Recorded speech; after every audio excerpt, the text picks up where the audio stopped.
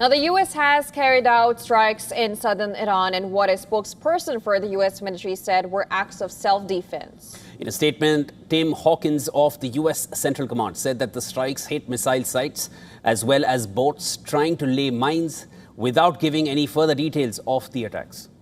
The strikes threatened an already fragile ceasefire that began on 8th of April as the United States and Iran struggled to reach an accord to end the war. It has rattled the global economy with a severe disruption of energy flows. Now, semi-official Iranian media reported that explosions were heard in Bandar Abbas city near the Strait of Hormuz.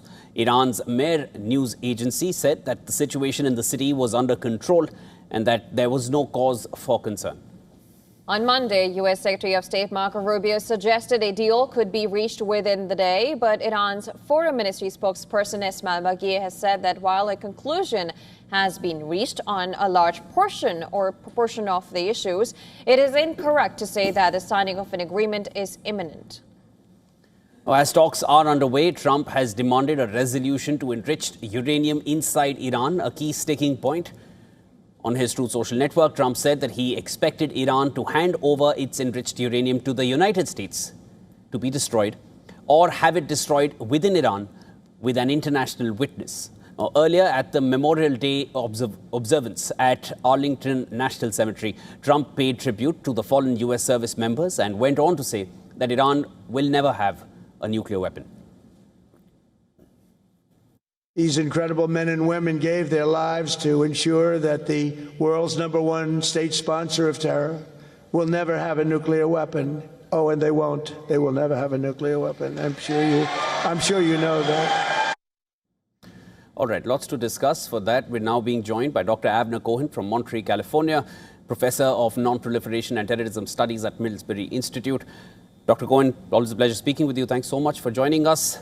What do these strikes mean for the ongoing situation, which has always been volatile ever since number of years now, of course, but with the ceasefire still on, with a deal which seemed imminent, and now these strikes? Give me your assessment. Well, my reading is that it reflects a number of things. One is that the ceasefire is very, very fragile, and local developments could easily disrupt this ceasefire. I believe that Central Command has its own authority to intervene, possibly even without full request for permission from the White House, from the U.S. itself, in certain cases. And when they see certain kind of activities, they call it self-defense, U.S. self-defense, they can take action. But I think the real meaning and why that permission was given is to signal that the ceasefire is fragile and the U.S. is still highly deployed and very fast could change the mode and could move into attack. So this is kind of example and reminder to the Iranians, this could change very, very fast. And do you think that Iran will be responding to this? Do we see any likely move from Iran after this? Because Iranian media has said that everything's under control, but do you see Iran going back and defending? Well, I think that Iran realized, and indeed a few days ago, Iranians were ready that the U.S. would attack them again. So there is no sense that even though the agreement, and the agreement will be only for another 60 days of detailed negotiations, is relatively close, it's still there is enough distance, political distance and legal distance in the negotiation itself on some issues that both sides do not feel comfortable. And I think the U.S. wanted to give a sense to Iranians, reminding them we can very fast move into action, into military strikes if there is no deal, or if the deal is going to fail. Dr. Cohen, when the war started on the 28th of February, the U.S. had at the time called them preemptive strikes. These strikes that we've now just seen at Bandar Abbas near Strait of Hormuz are being called strikes in self-defense. Let me also just highlight that when the Islamabad talks were taking place, at that time, during those talks, when the teams were there, the delegations were there, there were 2 U.S. warships attempting to cross through the Strait of Hormuz. There was a big warning given out by Iran. So we've seen this, both things. One, a position of strength being exhibited during negotiations and also calling strikes preemptive or in self-defense.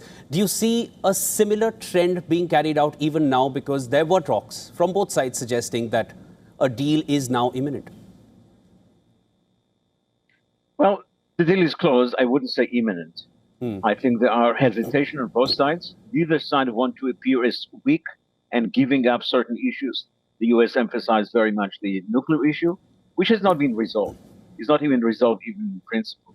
There is apparently oral understanding, but it's not yet put into writing, let alone into any details. And for the Iranians, the question of the money. And the U.S. is concerned that once the Iranians get some money, they will drag the issue that are still for negotiation for the next 30 or 60 days. So I think this negotiation is very much under immediate movement to fire if either side find it's appropriate. And I think that the United States find those fast boats of the Iranian dropping some, apparently some mines to the area near the Strait of Hormuz, and they decided to.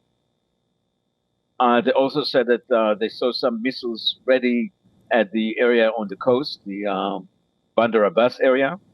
So it's a very much signaling it's a very fragile ceasefire, and instantly the situation could change.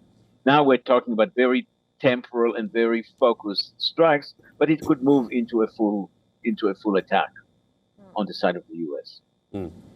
And this, of course, happened when the talks are happening. Dr. Cohen, Donald Trump has said that Iran should hand over its enriched uranium to the U.S. for destruction or eliminate it under international supervision. Do you think this could be one of the points of agreement in a deal that could happen?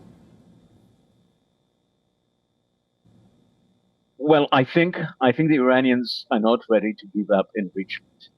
Whatever will happen with the 440 or 420 kilograms, almost 1,000 pounds of 60% highly enriched uranium, Iranians still have some capacity in terms of enrichment.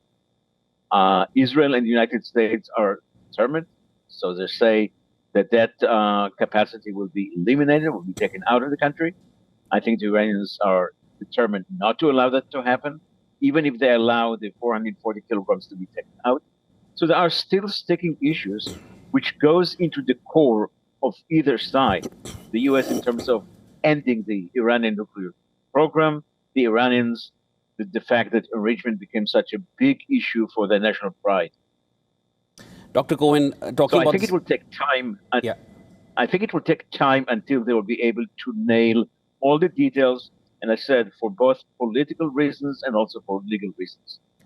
Dr. Cohen, you mentioned that the deal is closed. It's not imminent, but let's just go over the sticking points. Nuclear dust, there's no clarity. Both sides are on different pages, clearly. The U.S. wants it either in the U.S. or destroyed in Iran. There were mentions of it going to Russia. Iran said we'll decide, but there's no clarity there. The nuclear program, Iran wants to continue. For the U.S., it's a clear red line. Strait of Hormuz, U.S. says it's going to be opened. Iran says it's going to remain in their fold. You talk about the foreign Iranian assets, which remain frozen Iranian assets, which of course are frozen. No clarity there either. And then you talk about the permanent end to the war, which Iran has been asking for continuously. Nothing of that sort has been offered, at least. And Iran also wants reparations that they were talking about earlier. No mention of that either. The sticking points are exactly where they were. Do you find any progress that you would feel that the deal is close? I think there has been progress in wording by both sides, but I think the deal is far from being closed. You didn't mention the issue of Lebanon and Hezbollah. Of course. Iran is determined to have the Hezbollah part of the deal. Israel is determined not to. And apparently there are tens of thousands of people who are escaping from the Doha area in Beirut, the Shiite area in southern Beirut. There is talk that Israeli attack is imminent. Israel already attacked some 70 targets in southern Lebanon.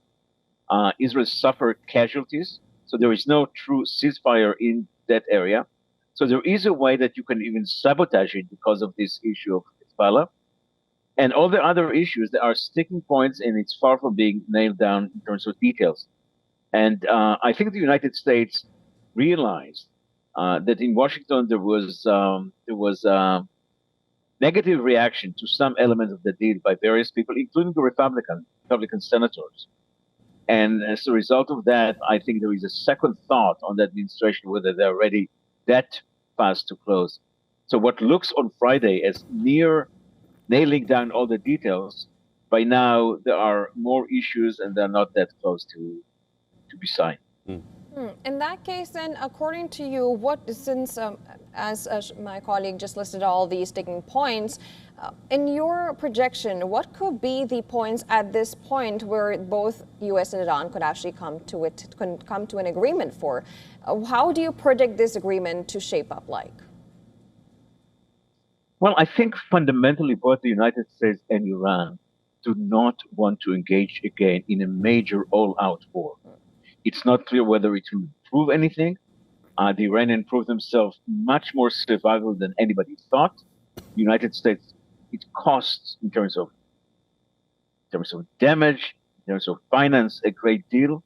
And of course, there is a very negative attitude within the United States, domestically in the United States to resumption of the war.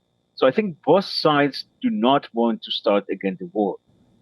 The issue is that neither side have a deal that they feel proud to show to the world. And I think, and there is also Israeli pressure on the United States.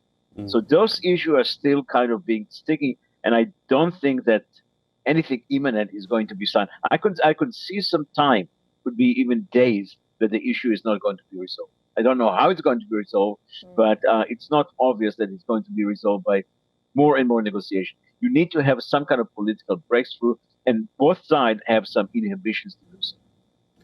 And Dr. Cohen, all that we've seen till now between U.S. and Iran, tensions have always existed, but all that has also added up to that is the Strait of Hormuz and the issue of Lebanon that is also now weighing down any possibility of them arriving at a deal, which was already very, very difficult regarding the nuclear program itself. So it seems difficult. Let's wait and watch how this one pans out. Dr. Avner Cohen, always a pleasure speaking with you. Thanks so much for making time. Thank you.